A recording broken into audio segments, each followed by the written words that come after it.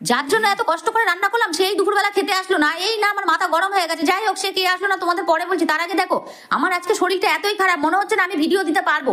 কি জানি কিভাবে বা ভিডিও দেবো, শরীর তো মোটেই আমার চলছে না। যাই হোক, ঘুম থেকে উঠে বাসি ঘর তো ফেলে রাখা যাবে না। আস্তে আস্তে উঠে আমি ঘরগুলোকে ঝাঁট দিয়ে নিলাম। দেওয়ার পরে চলে গেলাম কলপারে বাসন মাজতে। মনে হচ্ছে বাসন মাজবো না কলপারেই শুয়ে পড়ি, এত শরীরটা খারাপ করছে।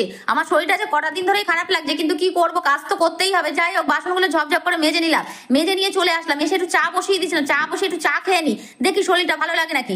যাই হোক, চাটা খেয়ে নিয়ে তারপরে স্নানটা করে নিলাম। করে নিয়ে পুজো টুজো দিয়ে তারপর চলে আসলাম রান্নার দিকে। রান্না করবো ঢেঁড়স পোস্ত। তা প্রথমে করার মধ্যে কালো জিরে দিয়ে দিলাম, দিয়ে আলু ঢেঁড়সটা দিয়ে দিয়েছি, নুন হলুদ দিয়ে ভালো করে ভাজা ভাজা করে পোস্ত, কাঁচা লঙ্কা বাটা আর সর্ষে বাটা দিয়ে দিলাম। দিয়ে ভালো করে নাড়াচাড়া করে অল্প একটু জল দিয়ে দিয়েছি। যেই তরকারিটা হয়েছে একটু মিষ্টি দিয়ে নামিয়ে নিলাম। তারপরে করলাম পনির। পনির তো আমার না হলে তো চলবেই না, শনিবার রান্না কি বা করবো। তা যাই হোক, পনিরের তরকারি একটু করে নিলাম আর একটু উচ্ছে আলু ভাজা করে নিলাম। তারপরে ভাবছি ছেলে আসছে না কেন, ছেলে আসছে না কেন, দেখি তো ফোন করেও মা, আমি যেই ফোনটা হাতে নিচ্ছি ছেলে দেখলাম ফোন করলো, বললো মা আমি খেতে যাবো না, তুমি খেয়ে নাও। এ বাবা, এই না আরো রাগ হয়ে গেছে আমার। এত কষ্ট করে রান্না করেছি আমি, একা মানুষ, আলু সেদ্ধ ভাত করে খেয়ে নিলেই আমার ঝামেলা মিটে যেত। আমি শুধু শুধু এত কষ্ট করে রান্না করতে গেলাম কেন, এই শুনেই মাথা গরম। তা ফোন করবি তো কর, একটু আগে কর। যাই হোক, ছেলে তো আসলো না, আমি একা একাই বন্ধুরা খেয়ে নিলাম। তোমরা ফলো সাবস্ক্রাইব করতে কিন্তু ভুলো না।